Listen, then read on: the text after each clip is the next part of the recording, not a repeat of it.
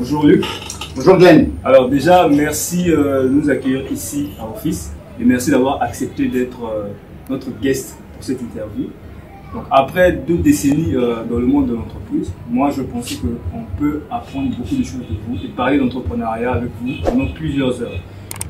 Mais toutefois, et mis à part le fait que vous avez un agenda très chargé, on va être d'accord que le temps de chaque être humain sur Terre est limité. Donc on ne va pas tirer en longueur, on va plutôt se focaliser sur comment vous faites pour créer au Congo, à partir de zéro, depuis le garage de vos parents, une entreprise qui aujourd'hui coexiste avec les multinationales, donc le cas de Office. Mais au-delà de toute spécificité, le but de cette interview, c'est de faire profiter votre expérience aux entrepreneurs et aux aspirants entrepreneurs congolais et africains qui sont en train de suivre cette vidéo. Je vais donc vous poser plusieurs questions dans 3 catégories. Donc, des questions concentrées sur Office, et puis des questions focus sur vous en tant qu'entrepreneur, et après des questions de ma communauté, parce que vous savez que j'entretiens en ligne une communauté qui grandit très vite. Donc je leur avais annoncé que quand vous aurez en interview, ils m'ont envoyé quelques questions que je dois vous poser. Donc déjà avant de commencer, quels sont vos sentiments par rapport à tout ce que vous venez de dire? Je trouve que c'est une belle initiative.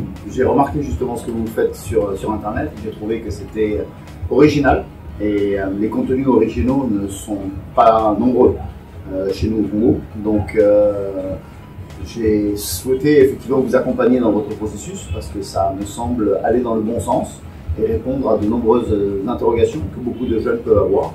Donc moi aujourd'hui, après 20 ans effectivement d'entrepreneuriat au Congo, je pense que j'ai une expérience réelle à partager pour aider les jeunes à se lancer dans l'entrepreneuriat et à développer des entreprises au Congo. Merci Luc. Donc déjà, est-ce que vous pouvez nous faire voyager un peu dans le temps pour nous expliquer un peu votre naissance, comment vous avez grandi et jusqu'à quel moment vous décidez d'aller dans l'entrepreneuriat et pourquoi l'entrepreneuriat, pas autre chose? Quand vous vous êtes dit que c'est l'entrepreneuriat que je dois faire et pas autre chose, et juste un peu à la personne que vous pouvez devenir pour donner un peu. Est-ce que vous avez eu une enfance aisée? Est-ce que... Je suis arrivé au Congo tout petit. Tout petit, mes parents travaillaient à l'hôpital assisté. Et j'ai eu une enfance dorée, bien évidemment, parce que quand on vit au Congo et qu'on est enfant au Congo, les choses sont faciles. Je suis parti du Congo à l'âge de 14 ans à peu près pour faire mon lycée en France. J'ai fait une école de commerce. Et après mon école de commerce, j'ai fait un MBA aux États-Unis. Et en France, nous avons la possibilité, ce n'est plus une obligation, nous avons la possibilité de faire l'équivalent d'un service militaire, mais c'est un service civil, au sein d'une entreprise. Et j'ai toujours souhaité revenir au Congo. Le Congo me manquait cruellement. Donc je suis revenu au Congo pour pouvoir faire mon VIE, donc, qui est une forme civile de service militaire. Mon VIE au sein d'une entreprise française qui s'appelle Necotrans. Et au départ, je n'avais pas vraiment l'intention de rester en République du Congo. J'étais venu pour passer, on va dire, 2 ans au Congo avant de retourner en Europe et simplement travailler en Europe ou ailleurs. Et je suis tombé dans l'entrepreneuriat et j'y suis resté. Et 20 ans plus tard, j'y suis encore. Alors ce n'était pas tout à fait le projet de départ. Pourquoi je suis devenu entrepreneur au lieu de travailler pour une grande multinationale? Je crois que j'ai développé en vivant au Congo une indépendance de caractère qui fait que je préférais développer quelque chose à partir de zéro, avec le risque que ça ne fonctionne jamais, plutôt que d'intégrer une grande organisation. En fait, du moins c'était mon sentiment à cet âge-là, une grande organisation avec tout ce que ça peut représenter comme réalité auquel il faut se conformer. Je suis encore une fois très indépendant de caractère et l'entrepreneuriat correspond, je pense, parfaitement aux personnes qui ne rentrent pas dans le moule, on va dire d'une manière générale, et qui ont du mal à se conformer aux réalités, voilà, d'un grand groupe international. Ok. Vous avez parlé de VIE. Est-ce qu'on peut savoir ce que ça veut dire? VIE. VIE, c'est Volontariat International en Entreprise. D'accord. Donc vous arrivez dans l'entrepreneuriat un peu par accident et vous y restez. Parce que ça correspond à votre personnalité finalement. Vous découvrez que ça correspond à votre personnalité. Vous vous exprimez mieux parce que vous êtes... Alors, j'étais chez Negotrans et détaché chez Socotrans.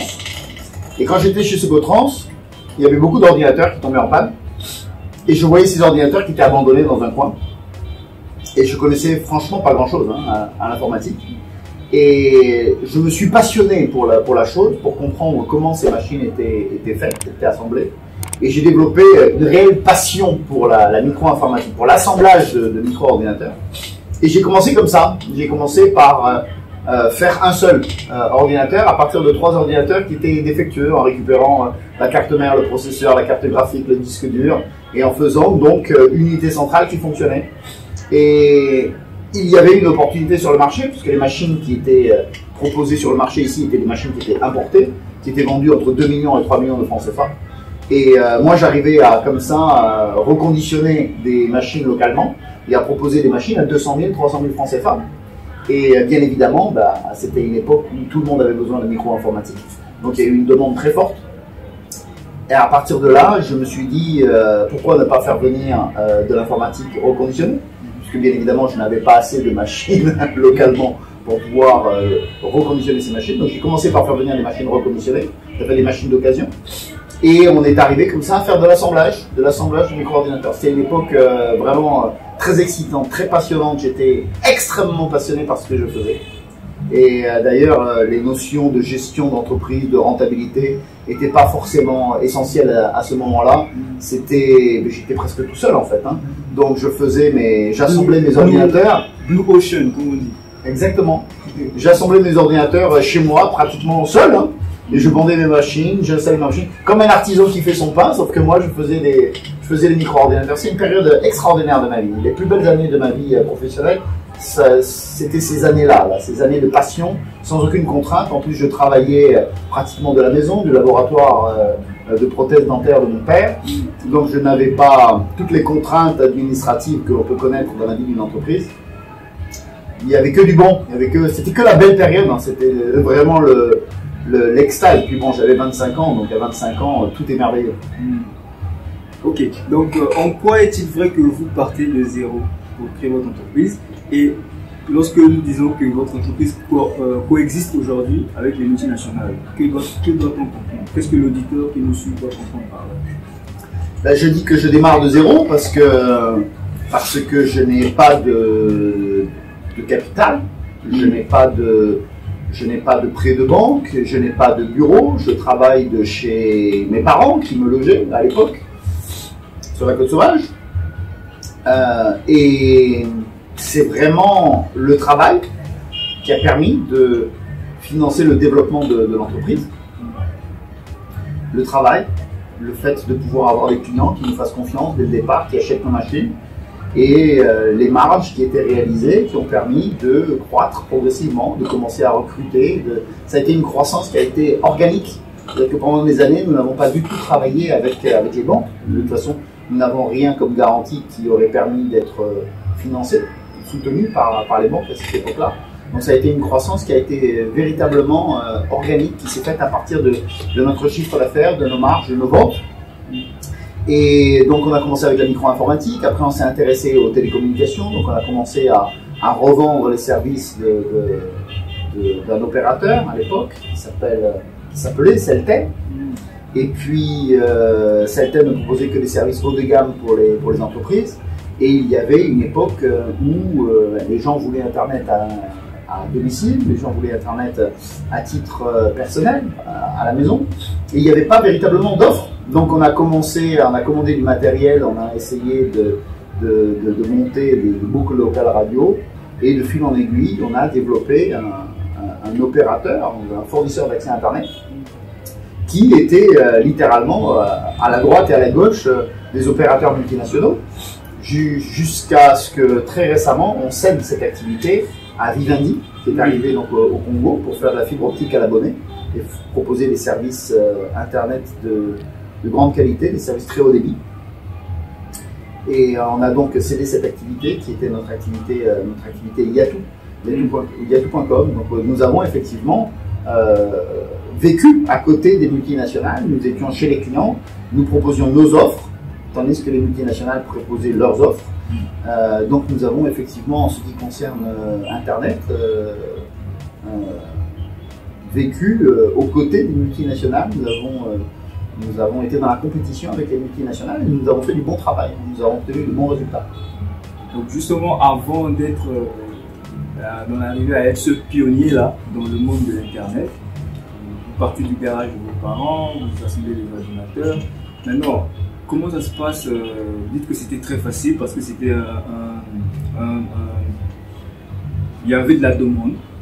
Mais comment vous êtes parvenu concrètement à trouver des clients? Est-ce qu'il y a eu des stratégies particulières pour justement attirer des clients? Alors, c'est amusant, parce que quand j'étais aux États-Unis, j'ai fait du marketing direct, du marketing de réseau, et je vendais les produits Herbalife. Et pour vendre les produits Herbalife, qui sont des produits de santé, je mettais... Marketing de réseau aussi. Marketing de réseau, ouais. Et je mettais donc des annonces sur des poteaux, dans la rue. Je mettais des annonces dans les journaux. Et puis les clients qui étaient intéressés, les prospects, me contactaient par téléphone. Et j'ai commencé comme ça. C'est-à-dire j'ai fait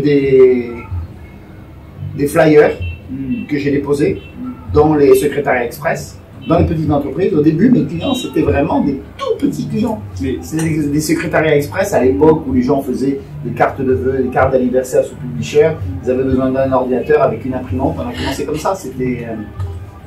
Et ça s'est fait assez rapidement. Après, on s'est fait une notoriété. Et d'ailleurs, l'entreprise n'existait même pas parce que c'est en février 2000 que j'ai créé effectivement Office.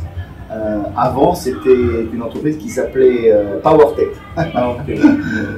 Et c'était les premières ventes. Ça, c'est une information exclusive que vous allez trouver nulle part.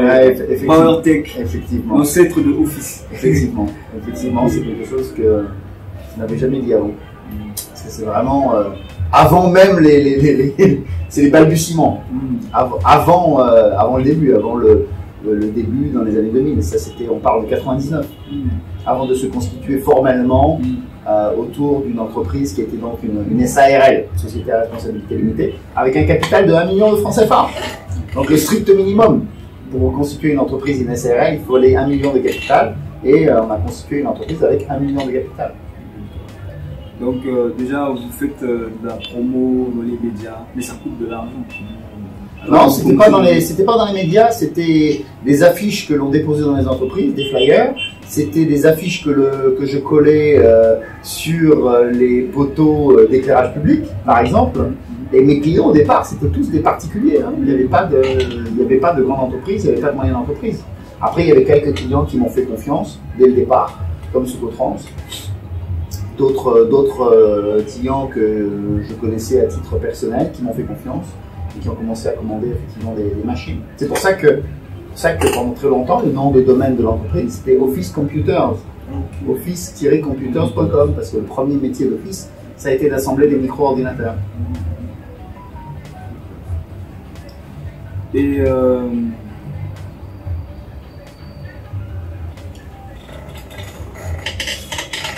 donc, serez-vous d'accord avec moi si je vous dis que vous avez plus un parcours de commercial qu'un parcours de technologue? Ben déjà, d'un point de vue académique, j'ai fait l'école de commerce, et donc commerce et gestion en France, que j'ai donc renforcé par un MBA ensuite aux États-Unis, un MBA en gestion de petites entreprises. Et je n'ai strictement rien à voir à la base avec la technologie, avec l'ingénierie. Je ne suis pas ingénieur, je ne suis pas technicien.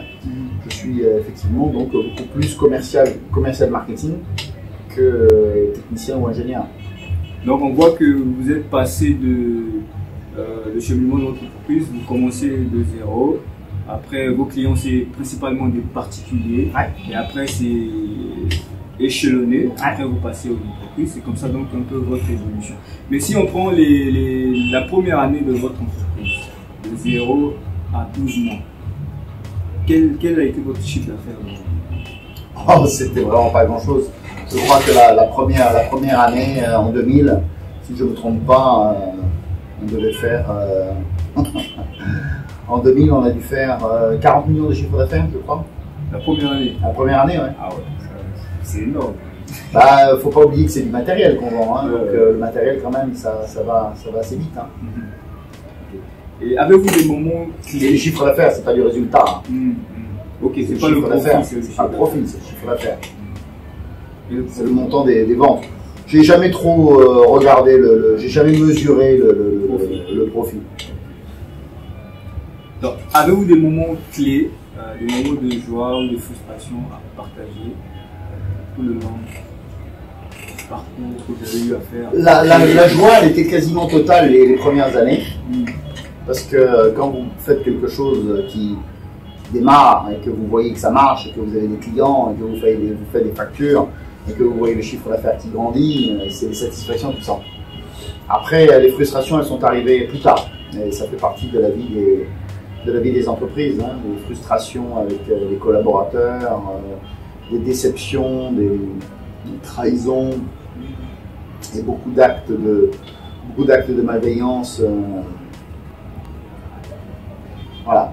Mais je pense que c'est un petit peu l'histoire de la vie en général, mais c'est très clairement l'histoire de la vie des entreprises quand vous avez 50, 100, 150, 200, 300, 400, 500 collaborateurs. Au plus haut, dans le groupe, il y avait plus de 500 collaborateurs, avec toutes les différentes sociétés que nous avons créées. Donc, quand vous avez 500 collaborateurs, vous ne pouvez pas accorder à chaque collaborateur la même attention que quand vous en avez 3 ou 4. Et il commence à y avoir des difficultés qu'il n'y a pas quand on est moins nombreux, parce que quand on est moins nombreux, la communication se fait au jour le jour. Tu poses une question, tu as la réponse tout de suite. Quand on est nombreux, il y a des collaborateurs qu'on ne connaît même pas, qui ne connaissent même pas la direction. Donc c'est une autre réalité avec ces difficultés et les problèmes qui peuvent survenir. Puis avec le temps, il faut licencier également les collaborateurs qui ne sont pas au niveau, les collaborateurs qui se sont mal comportés. Et quand vous commencez à licencier, il y a d'autres réalités de l'entreprise qui apparaissent qui ne sont pas agréables à gérer. Ce n'est pas des sujets qui sont agréables. On ne se lève pas le matin en se disant « chouette, aujourd'hui je vais aller licencier quelqu'un, je suis content d'aller au bureau ». Des sujets comme quoi? Des poursuites de la part de... Pas seulement. D'abord, numéro 1, le simple fait de licencier quelqu'un, c'est pas une expérience agréable de devoir licencier quelqu'un. Et ensuite, effectivement, quand on fait partir quelqu'un, quelle que soit la raison, il y a une négociation autour du fait qu'ils doivent partir. Parfois, les gens sont malhonnêtes, ils partent, et puis 6 mois plus tard, ils se réveillent et ils disent que, et ils font ce que j'appelle du bruit. Et tout ça, c'est de l'énergie qu'il faut Comment vous gérez ça? dépenser pour pouvoir gérer ces difficultés. De l'énergie qu'il faut investir pour pouvoir gérer des difficultés. Et c'est pas des sujets qui sont intéressants intellectuellement, voilà. Mais ça fait partie de la vie de l'entrepreneur. Ça fait partie de la vie de ceux qui nous suivent l'entrepreneur. doivent déjà savoir qu'ils doivent s'attendre à ça. Quand vous venez dans l'entrepreneuriat, il faut s'attendre à ça. C'est bien. Ah ben absolument, oui, c'est sûr. Hein. À moins que vous restiez seul. À partir du moment où vous allez recruter quelqu'un, que vous allez donner un contrat de travail à quelqu'un, il commence à y avoir une partie d'administration qui n'est pas la partie la plus intéressante de l'entrepreneuriat. Et en tant que connaisseur du milieu entrepreneurial congolais, quel est le bon moment, selon vous, pour un entrepreneur congolais qui nous suit, d'enregistrer sa structure? Parce que moi, j'ai remarqué ça, lorsque je discute avec des entrepreneurs, lorsque je parle avec des jeunes entrepreneurs, la première chose dont ils se soucient, c'est d'aller enregistrer leur société. Alors qu'ils ne produisent encore rien et ils veulent aller, parce qu'au Congo, on est dans cette mentalité d'apparence. Parce que le fait de dire qu'on a une société, moi j'ai souvent l'habitude de leur dire qu'une société, c'est juste un papier juridique dans le bureau d'un cabinet juridique qui dit que voilà, vous êtes apte à payer des impôts en fait, c'est ça que ça veut dire.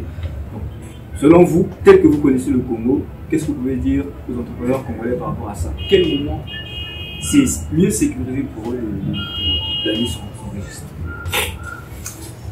Alors, je sais que vous n'êtes pas un conseiller juridique, mais... Alors, en théorie, pour pouvoir faire des affaires, pour pouvoir vendre des produits ou des services, il faut se constituer. Il faut se constituer une personne morale. Quand vous allez constituer une société de capitaux, que ce soit une société unipersonnelle, une société à responsabilité limitée, ou une société anonyme avec plusieurs associés, il va bien falloir donner une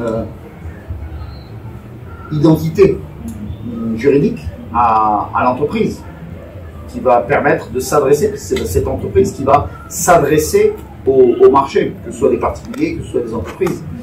C'est la personne morale. Donc, la constitution de l'entreprise, c'est la constitution de la personnalité morale. Donc il faut le faire dès le début. Alors, il n'est pas impossible de commencer à travailler sous une autre forme, comme finalement une profession libérale ou un établissement. Donc justement, il y a cet aspect, parce que la plupart des gens se précipitent vers des gros statuts.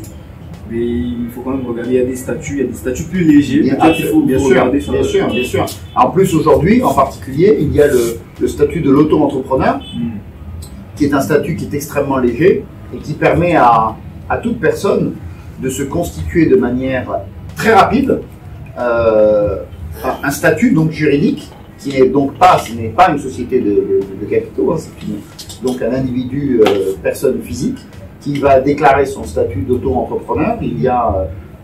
C'est un développement assez récent, je crois que c'est dans la loi de finances, si je ne me trompe pas, ici au Congo, qui permet d'obtenir donc ce statut d'auto-entrepreneur et tout de suite d'avoir donc une existence dans le cadre de ce statut. Je pense qu'ils l'appellent ici entreprenant. Oui, auto-entreprenant. Enfin, l'idée, c'est de permettre à des personnes de travailler, parce que on n'a pas toujours la possibilité de trouver un emploi dans une entreprise, hein, et on sait qu'il est de plus en plus difficile, d'une manière générale, de trouver des emplois dans des entreprises, des postes de travail dans les entreprises. Donc, mais certains sont prêts à fournir des prestations, à fournir du travail, et pour pouvoir le faire, ils se constituent donc effectivement en auto-entrepreneur ou en entreprenant, ce qui permet de commencer à faire une facturation officielle, formelle, et d'avoir une déclaration de chiffre d'affaires en fin d'année, qui est en fait une déclaration de revenus personnels, comme si c'était une déclaration de revenus provenant d'un salaire, sauf que c'est une déclaration de revenus qui provient des prestations que vous réalisez. C'est quelque chose que, par exemple, en France, un statut qui a été mis en place il y a quelques années et qui permet à des personnes qui sont au chômage de sortir du chômage et de commencer effectivement à travailler, même si ce sont des petits emplois, ce sont des emplois indépendants en fait. Ce sont des emplois indépendants qui permettent d'aller, je sais pas, par exemple, garder les enfants de quelqu'un à la maison, d'aller s'occuper du jardin de quelqu'un à la maison, d'aller s'occuper de nettoyer par exemple les bureaux d'une entreprise et de facturer à titre personnel, comme si on était un consultant ou un conseiller. Donc ce n'est pas une entreprise, c'est un auto-entrepreneur qui va faire sa facture à l'entreprise, et l'entreprise va, je crois là aussi que c'est dans la loi, retenir un pourcentage en amont sur la facture donc de l'auto-entrepreneur au titre de la fiscalité. C'est-à-dire que c'est un impôt qui va être payé en amont sur la facture de l'auto-entrepreneur. Et l'auto-entrepreneur a aussi, en fin d'année, une déclaration de revenus à faire, en principe, pour justement déclarer ses revenus et être fiscalisé sur les revenus qu'il déclare. Et la fiscalité au Congo, comment vous gérez, comment vous trouvez, ça se fait bien avec les autorités La fiscalité au Congo, on sait qu'il y a une énorme économie informelle. On sait que la majorité de l'économie et des transactions commerciales sont informelles. C'est-à-dire qu'elles n'existent pas, elles ne sont pas visibles, elles ne sont pas traçables parce que les choses se font en cash, se font en espèces. Donc malheureusement, la fiscalité repose sur un nombre réduit de contribuables qui sont les entreprises du secteur formel, donc les grandes entreprises, les moyennes entreprises, les petites entreprises du secteur formel. Et quand on regarde les chiffres, le nombre d'entreprises formelles au Congo, le nombre n'est pas élevé, il n'y a pas beaucoup d'entreprises. Et sur ces entreprises-là, il y a une pression permanente qui est trop lourde, beaucoup trop lourde, et qui rend la vie au quotidien, la vie d'un gestionnaire d'entreprise difficile. Et à partir de quel moment dans l'évolution de votre entreprise vous avez dit que là vous avez la crédibilité sur le marché? À quel moment vous avez eu ce sentiment que là ça va, À partir du moment où des clients vous achètent des produits et des services et qu'ils vous réachètent des produits et des services, qu'ils continuent de vous acheter des produits et des services, c'est que le produit ou le service que vous proposez est un produit ou un service qui fonctionne, qui séduit. Donc à partir du moment où vous avez réussi à proposer sur le marché quelque chose que les gens achètent, c'est que votre offre fonctionne, votre offre est crédible. Et qu'est-ce que, pour terminer avec ce point-là, qu'est-ce que Office actuellement offre déjà et à quel type d'audience Office s'adresse? Bon, Office est une entreprise de technologie de l'information et de la communication, ce qu'on appelle les TIC ou les TIC. Aujourd'hui, on dit que Office est plutôt une entreprise de services numériques. Donc, service numérique, c'est extrêmement vaste. Nous avons 3 grands départements. Un département qui s'appelle OIS, donc Office Information Services, ou bien service informatique. Un département qui s'appelle OBT, Office Building Technologies, qui est toutes les technologies de courant faible, tout ce qui peut être vidéosécurité, contrôle d'accès, gestion de temps de présence, le câblage réseau, câblage cuivre, fibre optique, les réseaux d'énergie, donc les réseaux électriques, les réseaux ondulés, l'énergie solaire, beaucoup de métiers au sein du département OBT. Et le dernier département, c'est le département ONTS, Office Network and Telecom Services, qui est un département de services réseau. Donc chez les clients, ça va consister à monitorer la qualité des services de connectivité, de assurer une redondance entre les différents fournisseurs de services de connectivité. Un département assez complexe. Tout ce qui peut être aussi tous les services de téléphonie, tout ce qui est PBX à l'intérieur d'une entreprise, donc la téléphonie à l'intérieur de l'entreprise. Donc ce qu'on appelait autrefois les autocoms ou les PABX, aujourd'hui qu'on appelle les PBX, le PBX ou IPBX. Voilà. Donc d'une manière générale, Office est un fournisseur de services technologiques à destination des entreprises. En 2020, Office est une entreprise de nouvelles technologies qui s'adresse uniquement aux entreprises, puisque depuis que nous avons cédé nos activités de fournisseurs d'accès à Internet, on ne s'adresse plus aux particuliers. Avant, on vendait du matériel informatique aux particuliers, mais avec l'offre aujourd'hui qui a explosé, l'offre de matériel qui a explosé sur le marché, s'adresser aux particuliers, ça n'a pas trop d'intérêt. D'autant que sur ce marché, il y a une concurrence informelle forte avec des gens qui ramènent du matériel dans les valises. Donc vous ne pouvez pas rivaliser avec des gens qui importent du matériel sans payer la douane, qui vendent du matériel sans appliquer de taxes. Bon, ça c'est un vrai problème d'ailleurs qui mériterait qu'un jour on puisse en discuter sérieusement, parce que si on veut installer une entreprise et faire qu'elle soit rentable, il faut qu'elle puisse travailler dans un secteur dans un environnement qui est un environnement qui est propice à la concurrence, à une concurrence loyale, à une concurrence saine. La régulation. Si la concurrence n'est pas loyale, si la concurrence n'est pas saine, je ne sais pas, c'est comme si vous mettez sur un ring de boxe un poids plume avec un poids lourd, et que vous donnez au poids lourd la possibilité de boxer avec des gants en fer, alors que le poids plume doit lui boxer avec des gants en mousse, ou alors qu'il doit boxer avec les mains attachées derrière le dos. Voilà. Donc automatiquement, ça crée une distorsion de concurrence qui fait que ceux qui vont gagner ne vont pas forcément gagner parce qu'ils sont meilleurs, ils vont gagner parce que leur réalité n'est pas la réalité des opérateurs de l'économie formelle, des opérateurs qui essayent d'être dans l'économie formelle. Parce que quand on est dans l'économie formelle, où il y a beaucoup de taxes à payer, de très nombreuses taxes, de nombreux impôts divers et variés. Et tout ceci fait que, obligatoirement, le niveau du prix va monter, parce que le prix doit tenir compte de tout ça. Et quand le prix monte, votre offre peut ne pas être compétitive avec celle de quelqu'un qui n'applique pas justement toutes ces considérations-là. Ok. Cette question-là, c'est une question qui me passionne personnellement. Vous êtes d'accord qu'avec l'Internet aujourd'hui, le marketing a été révolutionné.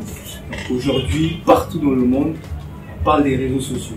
On dit même que les réseaux sociaux et le buzz, c'est la nouvelle monnaie, the new currency. Tout le monde est sur les réseaux sociaux, même des sociétés comme Coca-Cola investissent des milliards par année pour qu'ils aient des gens qui gèrent leur page sur Instagram.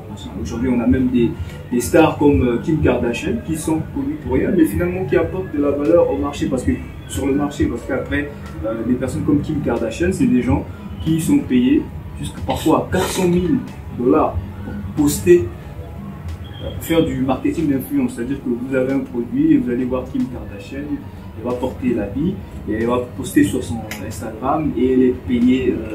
Il y a tout un panel, il y a des personnes qui sortent de rien du tout mais qui concurrencent même des entreprises grâce aux réseaux sociaux. Ça veut dire que quelle est votre approche actuellement vis-à-vis du marketing avec toute cette révolution?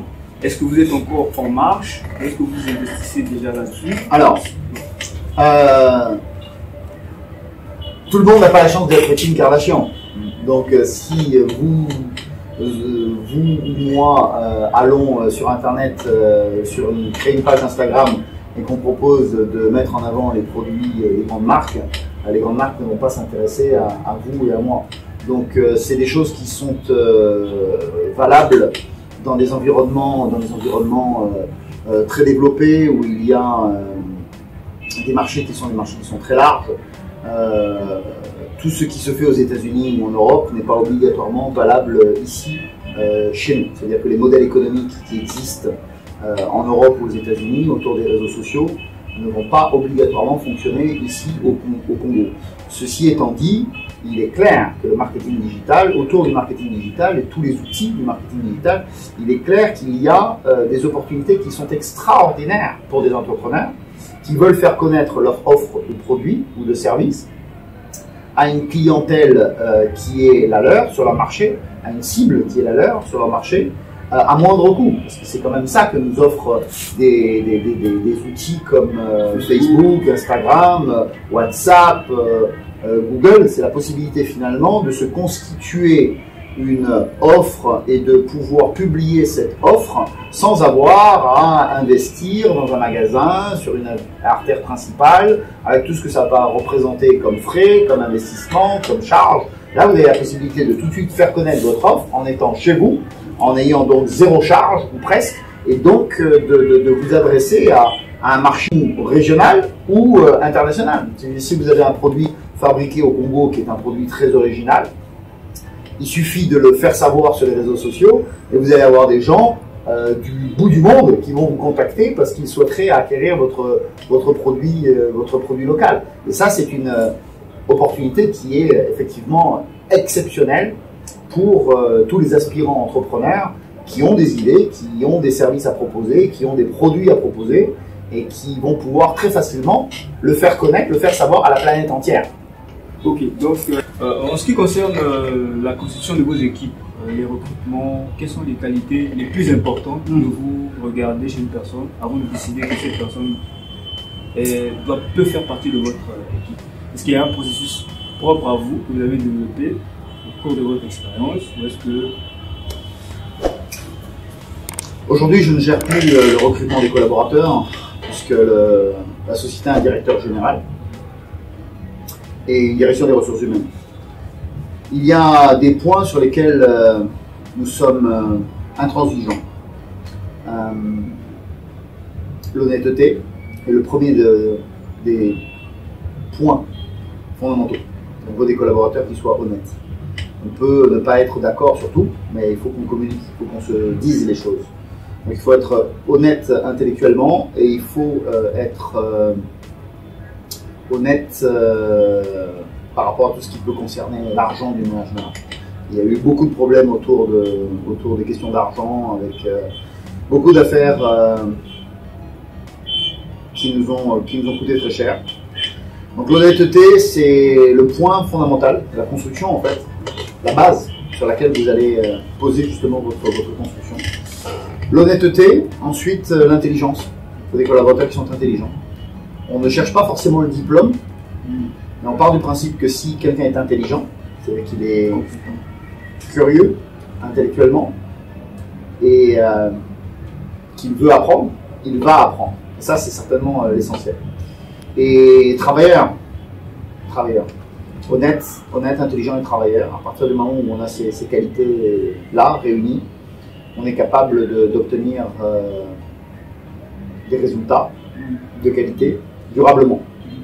Donc, pour résumer, c'est en fait d'abord les valeurs et après les soft skills avant tout, effectivement. Les soft skills, c'est-à-dire le savoir-être, les valeurs, les qualités humaines, effectivement, avant les qualités techniques.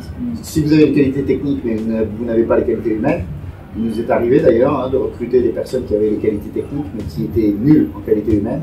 Bon, ben c'est absolument ingérable. Il faut une entreprise, c'est comme le corps d'un être humain. Il faut que les différents membres du corps soient assemblés de manière harmonieuse pour qu'ils puissent cohabiter ensemble et être utiles les uns aux autres. Sinon, vous avez un rejet rapide du membre qui ne se conforme pas à l'équilibre général. Et quelle est donc en général la place que vous accordez au facteur humain dans la réussite d'une entreprise ou de votre entreprise? Parce que certains se focalisent plus sur le fait, si j'ai de l'argent. C'est certainement la gestion des ressources humaines, c'est certainement l'un des points les plus difficiles de la gestion du développement d'une entreprise. Quand vous démarrez, vous connaissez tout le monde par son prénom, vous connaissez sa date d'anniversaire, vous connaissez le nom de son époux, de son épouse, vous connaissez le nom des enfants. Et puis le temps passe et vous avez de plus en plus de collaborateurs et un jour, malheureusement, vous ne connaissez plus vos collaborateurs.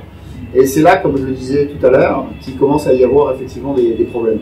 Donc il faut réussir à accorder de l'attention, bien évidemment, aux ressources humaines, pour pouvoir faire du planning de carrière.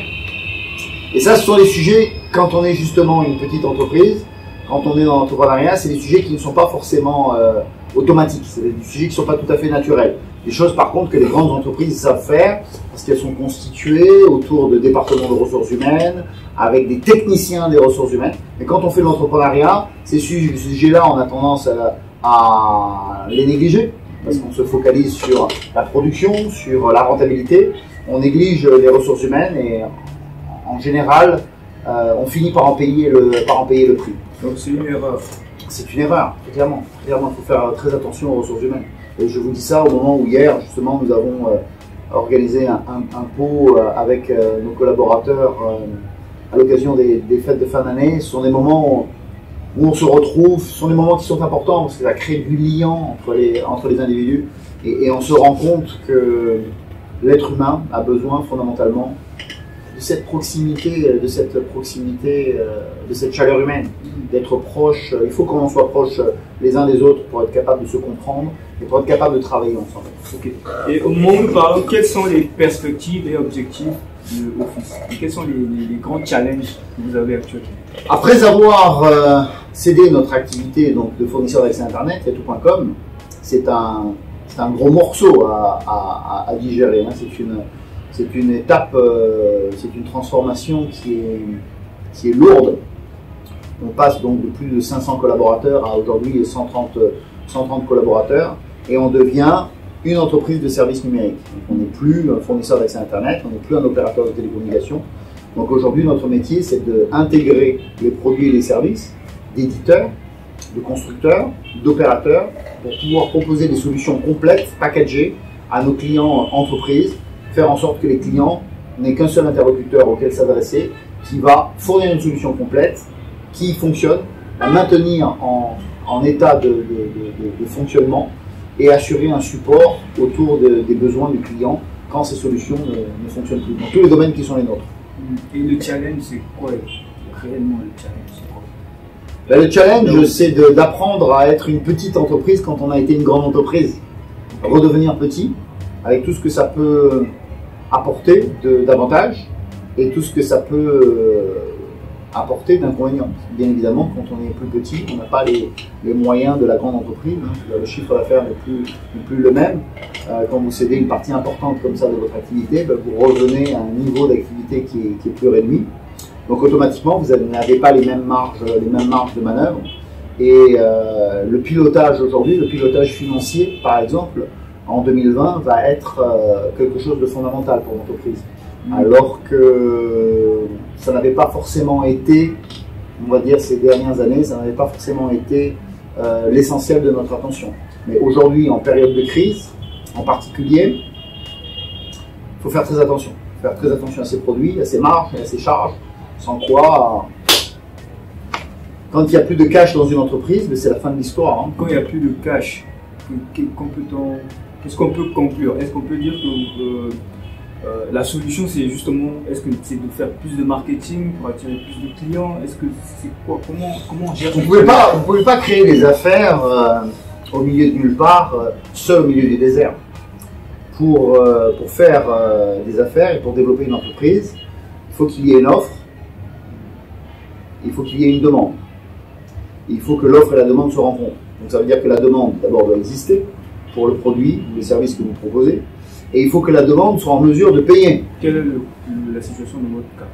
Ben nous, dans notre cas, si vous voulez, à partir du moment où on travaille avec des entreprises, on ne travaille plus avec des particuliers, la difficulté que l'on va avoir sur le marché de la République du Congo, c'est que les entreprises ne sont pas nombreuses, que les entreprises sont déjà équipées, que les entreprises peuvent avoir des besoins mais peuvent différer leurs investissements parce que la période n'est pas propice. Et vous avez une entreprise à faire tourner, vous avez besoin de réaliser du chiffre d'affaires pour pouvoir couvrir vos charges, payer vos collaborateurs. Et encore une fois, une crise aussi violente que celle que nous traversons. J'ai entendu dire que la crise est finie. Je ne sais pas si la crise est finie. Ce que je sais, c'est que le volume de production de pétrole au Congo augmente, que le cours du pétrole s'est stabilisé à un niveau qui est pas ce qu'il a été, mais à un niveau qui est quand même 2 fois plus élevé que ce qu'il a été au plus bas en 2016. Donc ça permet quand même de représenter une perspective heureuse pour les recettes pétrolières du pays. Après, je sais que les entreprises sont très fragilisées et que beaucoup d'entreprises sont très clairement sous assistance respiratoire, qu'elles sont à la limite de la rupture, parce que le marché s'est appauvri très considérablement. Et vos responsabilités en tant que chef d'entreprise, personnellement, parce que ça peut varier selon la vision de chacun. Vous, quelles sont vos responsabilités lorsque vous êtes à la tête d'une entreprise comme votre? Alors, aujourd'hui, je suis le président de la société, puisque la société a été transformée en société par action simplifiée, c'est une société anonyme. Donc, le directeur général est M. Julien Lezé, moi je suis le président. Et mon rôle, c'est de m'assurer de loin que les objectifs sont atteints, que la rentabilité est atteinte, que nous respectons nos engagements, que nous sommes en mesure de payer nos charges, que nous sommes en mesure de payer nos salaires. Voilà, j'ai encore dit à mes collaborateurs que notre objectif, c'était de faire en sorte que les salaires puissent être payés à la date convenue. Et déjà ça, en soi, c'est un objectif qui est important quand vous avez une entreprise de 130 collaborateurs. Le niveau de masse salariale est élevé, les charges sont élevées, et il faut bosser pour être capable d'atteindre déjà cet objectif-là. Et si vous n'êtes pas capable d'atteindre cet objectif, eh ben, il faut prendre des décisions qui s'imposent, faire partir des collaborateurs, réduire, faire un plan social, et si ça ne suffit pas, prendre des décisions encore plus douloureuses. Donc votre objectif, c'est la bonne marche de la machine, toute la machine, on va dire. Absolument. Au sens large. Absolument. Ok. S'assurer que les choses se passent bien. Et comment mesurez-vous l'impact de vos activités ou bien de votre entreprise sur la communauté dans laquelle elle les technologies, les nouvelles technologies sont des sujets qui sont complexes, hein. Ce sont des sujets d'experts. un client va avoir des besoins et il ne va pas pouvoir trouver la solution à son problème tout seul. Ou alors s'il essaie de trouver la solution à son problème tout seul, il va tourner en rond, il va perdre du temps, ça va lui coûter de l'argent. Donc nous, on arrive avec une solution qui est disponible sur étagère et qui permet à un client tout de suite d'implémenter la solution dans son entreprise, mais de pouvoir bénéficier de cette solution. Donc par exemple dans le domaine de la géolocalisation,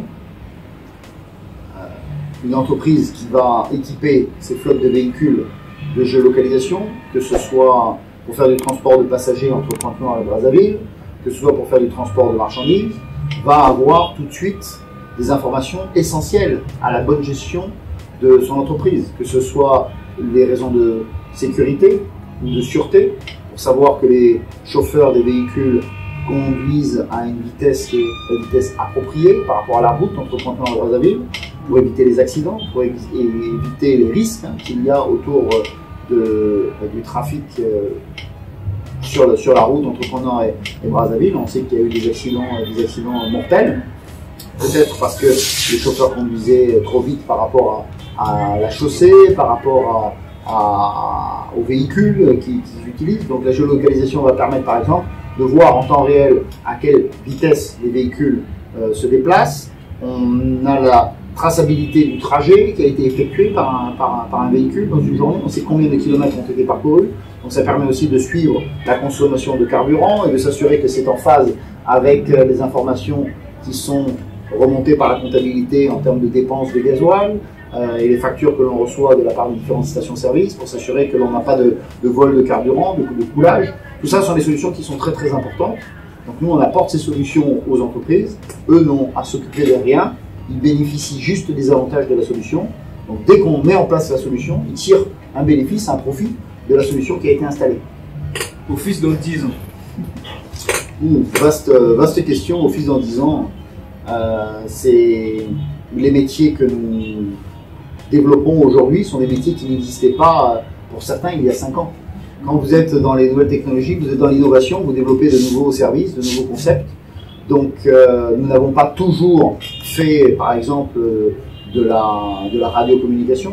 On n'a pas toujours fait de la géolocalisation, on n'a pas toujours fait de l'Internet. Ce sont des métiers que l'on a développés au fil du temps, en fonction de l'évolution du marché, en fonction des besoins de la clientèle. Donc Office dans 10 ans, j'espère qu'Office dans 10 ans sera une entreprise multinationale qui sera installée en dehors des frontières du Congo également et qui proposera au-delà des frontières du Congo ce qu'elle a proposé avec succès en République du Congo. Et en tant qu'acteur de la technologie, que pensez-vous de la technologie blockchain? Qu'est-ce que vous pensez que la blockchain peut apporter aujourd'hui à l'Afrique? Parce que c'est un sujet qui fait tapage au niveau débat technologique en Afrique. Quelle est votre perspective là-dessus? Alors, la technologie, sans vous couper, on va mélanger avec les crypto-monnaies dedans. La technologie blockchain, donc les registres distribués. C'est encore à l'état de balbutiement. Dans le monde entier, c'est encore des choses qui se développent et les entreprises réfléchissent à comment tirer profit de ces technologies pour pouvoir sécuriser les transactions, pour pouvoir éviter d'avoir affaire à des tiers de confiance, donc dans une logique de sécurisation des transactions, de solidification de la confiance, de rapidité d'exécution, de réduction des coûts puisqu'on supprime justement les tiers de confiance. Donc autour de la blockchain, il y a des opportunités, il y a aussi beaucoup de menaces pour les entreprises existantes et les modèles économiques existants. Je pense aux assurances, je pense aux banques, je pense à beaucoup de métiers qui aujourd'hui demandent l'intervention d'un tiers de confiance, comme la banque spécifiquement, alors que demain la blockchain permettrait de réaliser des tas de transactions sans avoir effectivement à faire appel à un tiers de confiance.